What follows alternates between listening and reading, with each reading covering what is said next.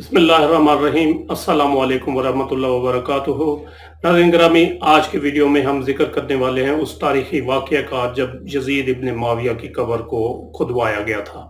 आखिर इस वाक़े की क्या वजह बनी थी, किसने और क्यों यज़ीद की कब्र को खोला था, ये वाक़या यज़ीद के मरने के बाद कितने बरस बाद जो है वो पेश आया। तो आज की वीडियो में ये तमाम चीज़ें जो है हम डिस्कस करने वाले हैं। इन तमाम चीज़ों का जो माखज़ है वो तारीख़ी किताबें हैं, तारीख़ुल खुलफ़ा है और तारीख़ इब्न असीर वग़ैरह जैसी मोतबर किताबें जो है ना, उनसे ये तारीख़ी वाक़यात लिए गए हैं। तो मैं इस चैनल पर तारीख़ी हक़ाइक़ जो है ना वो बयान करता रहता हूँ। अगर आपने मेरा ये चैनल अभी तक सब्सक्राइब नहीं किया तो आप इसे सब्सक्राइब कर सकते हैं तारीख़ी वाक़यात और इस जैसी जो दीगर मालूमात है वो देखने के लिए। नाज़रीन ग्रामी, यज़ीद ने अपनी ज़िंदगी में ही अपने बेटे मुआविया को अपना जानशीन मुकर्रर कर दिया था। यज़ीद के 12 बेटे और 5 बेटियां थी, लेकिन उसने अपने बेटे मुआविया को जो है ना वो जानशीन मुकर्रर किया क्योंकि उसको उससे बेइंतहा प्यार था। उसकी तालीम और तरबियत का बंदोबस्त भी उसने शहजादों की तरह किया था। यज़ीद चाहता था कि उसका ये बेटा हकीकी उसका जानशीन बने। यज़ीद ने हुकूमत संभालते ही अपने 2 बेटों खालिद और मुआविया को उस वक्त के बेहतरीन उस्ताद उमर अल मखसूस के मकतब में 3 साल के लिए भेज दिया। शेख उमर अल मखसूस भी जानते थे कि यज़ीद का जानशीन मुआविया है, इसलिए उसने उसकी तरबियत पर खूब मेहनत की। सन 61 हिजरी में जब वाक़या करबला पेश आया तो शेख अल मखसूस को बहुत तकलीफ पहुंची। चूंकि उसका दिल मोहब्बत अहले बैत से लबरेज था, इसीलिए उसने यज़ीद के इन दोनों बेटों को अज़मत अहले बैत से खूब रोशनास कराया। एक तरफ का करबला का वाक़या पेश आ चुका था और जगह जगह यज़ीद के खिलाफ बगावत उठने लगी थी। दूसरी तरफ मुआविया जो यज़ीद का जानशीन था, उसकी तरबियत एक सच्चे आशिक रसूल कर रहे थे। वाक़या करबला के तीसरे साल सन 64 हिजरी में यज़ीद इबरतनाक अंजाम से दोचार हुआ, मर गया वो। तो यज़ीद का बेटा मुआविया 20 साल की उम्र में तख्त नशीन हुआ। जैसे ही मुआविया इब्न यज़ीद तख्त नशीन हुआ तो उस्ताद मोहतरम की मेहनत रंग लाने लगी।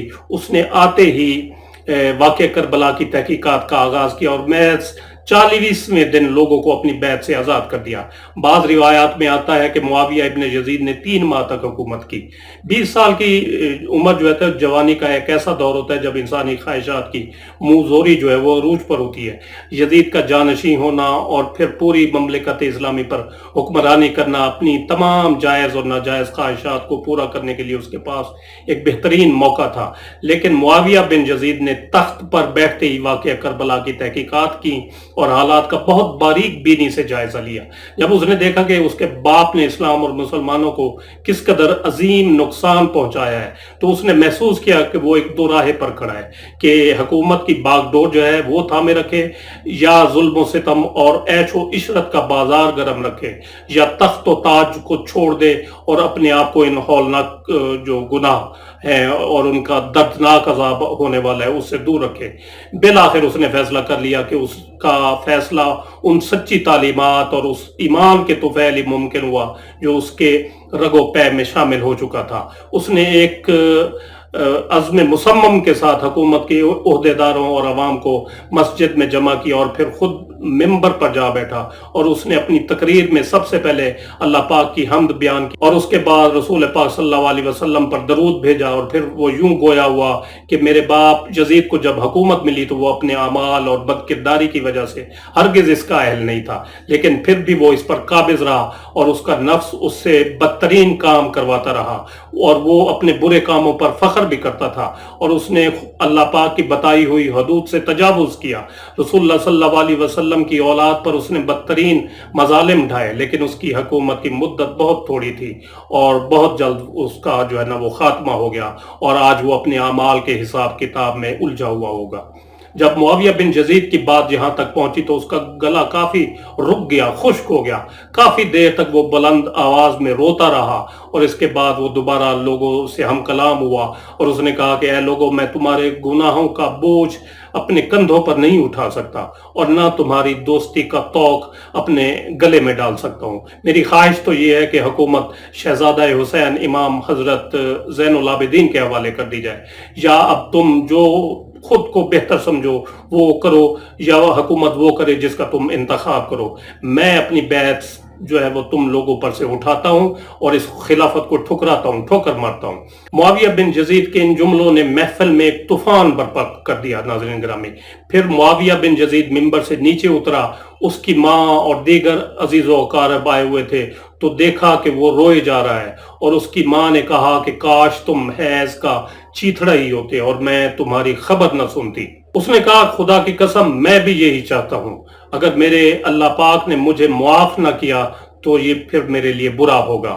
اس کے بعد بنو امیہ نے جو ہے مروان بن حکم کے ہاتھ پر بیعت کر لی، پھر اسے تخت پر بٹھا دیا۔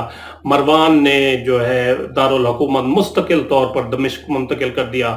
بنو امیہ نے شیخ المخصوص کو زندہ درگور کر دیا کہ تم نے یزید بن معاویہ کے بچوں کی ایسی تربیت کیوں کی کہ اس کے بیٹے معاویہ نے بھرے دربار میں بنو امیہ کو جو ہے وہ رسوا کر دیا۔ اس کے چند دن بعد ہی معاویہ بن یزید کو زہر دے دیا گیا۔ ناظرین گرامی، بنو امیہ نے تقریباً 91 سال تک جو ہے نا حکومت کی اسلامی سلطنت پر، سن 41 ہجری سے لے کر 132 ہجری تک، اور اس کے ٹوٹل 14 خلیفے جو ہے نا یہ خلافت پر آئے، اور سن 750 عیسوی میں یعنی 132 ہجری میں بنو امیہ کی حکومت کا تختہ جو ہے نا بنو عباس نے الٹ دیا۔ بنو امیہ کا آخری حکمران مروان ثانی ایک انتہائی سست ڈرپوک حکمران تھا جس نے ابو مسلم خراسانی کے ہاتھوں شکست کھائی، اور یوں بنو عباس کی حکمرانی جو ہے وہ شروع ہوئی۔ تاریخ کی کتابوں میں درج ہے کہ ابو مسلم خراسانی نے بنو عباس کے ابو جعفر المنصور اور ان کے بھائی ابو العباس الصفا کو حکمرانی سونپ دی۔ اس طرح بنو عباس کے پہلے حکمران ابو العباس نے آتے ہی بنو امیہ کا نام و نشان مٹانے کی قسم کھائی۔ بہت سے لوگوں کو بے دردی کے ساتھ قتل کر دیا گیا، اور کربلا کے واقعے میں ملوث تمام کرداروں کی قبریں تک کھدوائی گئیں۔ اسی طرح بنو عباس کے حکمران ابو العباس الصفا نے یزید کی قبر کو بھی کھدوایا، اور یہ کام اس نے اپنی نگرانی میں کروایا۔ وہ چاہتا تھا کہ یزید کو قبر سے نکالے اور اس کی لاش کو سولی پر لٹکائے۔ چنانچہ یزید کی وفات کے 65 سال بعد اس کی قبر کو اس وقت کے حکمران ابو الجعفر اور ابو العباس کی نگرانی میں کھدوایا گیا، لیکن جب قبر کو کھودا گیا تو سب یہ دیکھ کر حیران رہ گئے کہ اس میں لکڑیوں کی راکھ، بدصورت کتے اور ایک اژدہے کے سوا کچھ نہ تھا۔ تو ناظرین، یہ انجام ہوا اس بدبخت کا جو اہل بیت کا بدترین دشمن ثابت ہوا، جس نے اپنے دور میں حضرت امام حسین اور خانوادہ اہل بیت پر حیات جو ہے وہ تنگ کر دی تھی، زمین تنگ کر دی تھی، اور پھر اس کا انجام کیا ہوا یہ آپ نے ملاحظہ فرمایا۔ تو ویڈیو اگر اچھی لگی ہو تو اس کو لائک اور شیئر ضرور کریں، اور اپنی رائے کا اظہار کمنٹ سیکشن میں ضرور کریں۔